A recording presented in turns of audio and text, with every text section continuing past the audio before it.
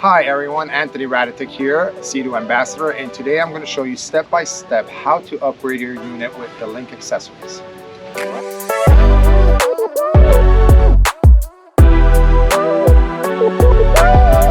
This is the LinQ Ski Pylon. It will transform majority of the Sea-Doo watercraft into a water sport towing unit.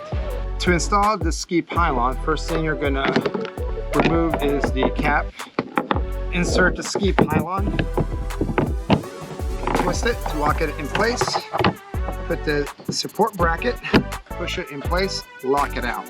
Now the nice part about the ski pylon that in seconds it can extend to be a ski pylon and grab handles for the spotter.